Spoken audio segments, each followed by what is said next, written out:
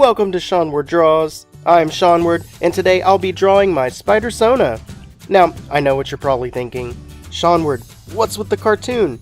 Where's your face? And what in the world is a Spidersona? And those are valid questions.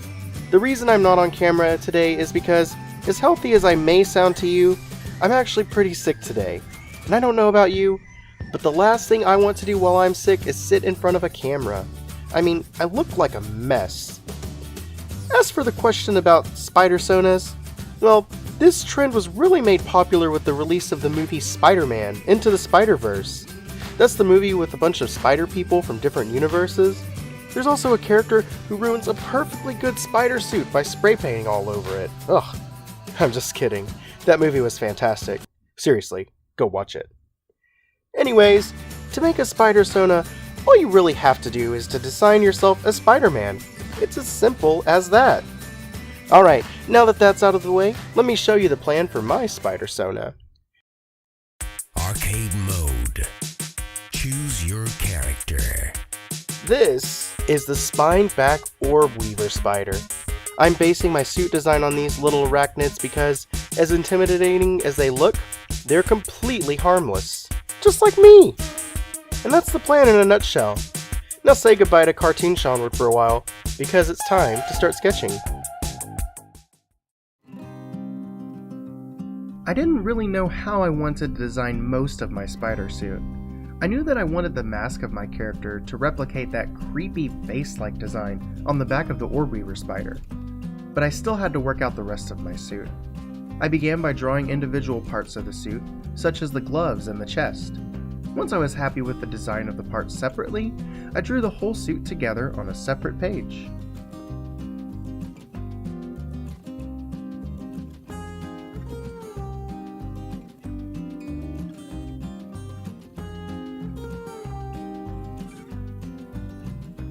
I focused pretty heavily on designing my suit to match my body type and personal taste.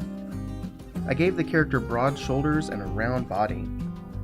I also added shorts to my spider suit, mostly because I love wearing shorts. The large side pockets could also be used to hold spiderweb refills.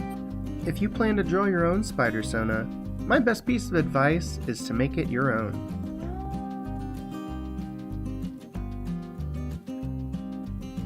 You can see that I drew the character with a very basic standing pose. At this point, I was focusing more on the overall design of the suit. It was very important to me to get that design just right before focusing on poses. Once I was happy with the design, I moved to the computer to work on the final version of my Spidersona.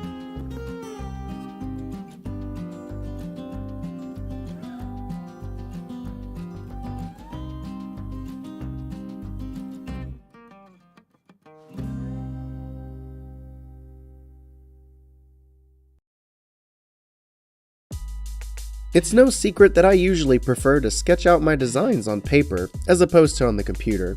However, I have been wiggling out of my comfort zone lately and trying to sketch more often on the computer.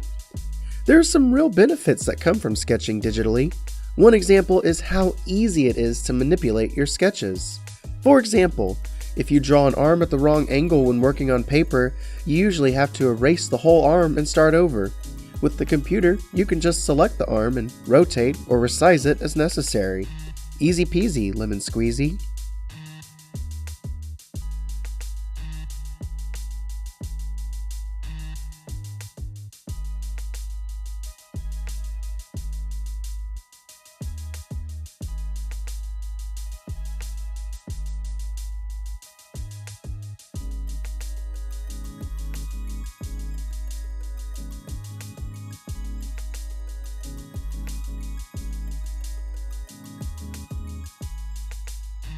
I wanted my Spider-Man to have an intimidating appearance, but not have an intimidating attitude.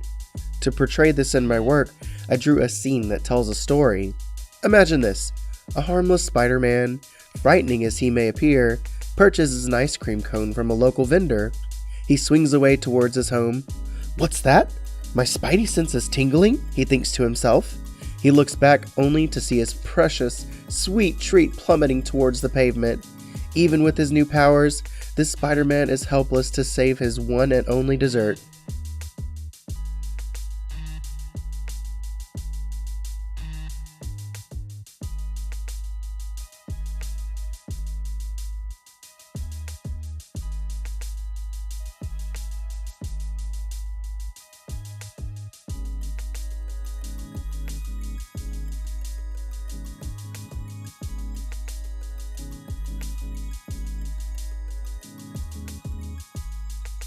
I have to be honest, I struggled with nearly every part of this project. I had trouble with the concept design, the sketches, the poses, shading, colors, you name it. It wasn't until later in the project that I really started to feel good about the piece. I think that every artist eventually comes to a point where they struggle with their project. Sometimes you may try again and again and again to draw something, and you may still be hitting a block of self-doubt. My suggestion when this happens is to try your best to see the project through. Even if you aren't happy with the finished product, there is a boost in self-esteem that comes from finishing something you've poured your heart into. One time I ran into a block like this, and I made the mistake of taking a small break from drawing that ended up lasting years. Sometimes you have to push through the hard stuff. It really does pay off in the end.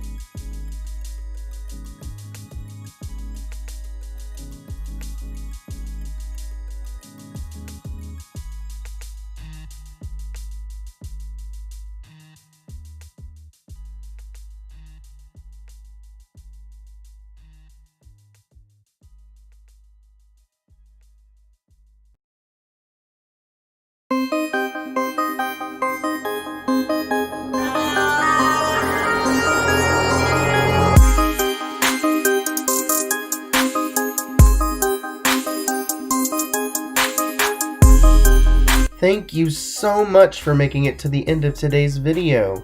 I hope you really enjoyed watching this episode, and I also hope that you liked seeing my little character today.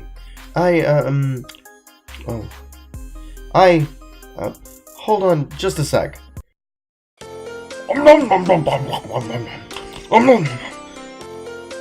Oh man, that was some good ice cream. Oh, where were we? It was really fun having my little avatar step in for me today. If you liked it too, let me know in the comments. If enough people like this format, then I'll start using it more regularly in the future. Also, please like the video and subscribe if you had fun watching today. And please let your friends know about Seanward Draws. It all really helps to support the channel. Well, I'd love to stay and chat, but I think my medicine might be wearing off.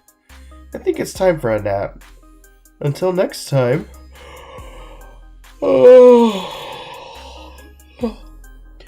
enjoy your art.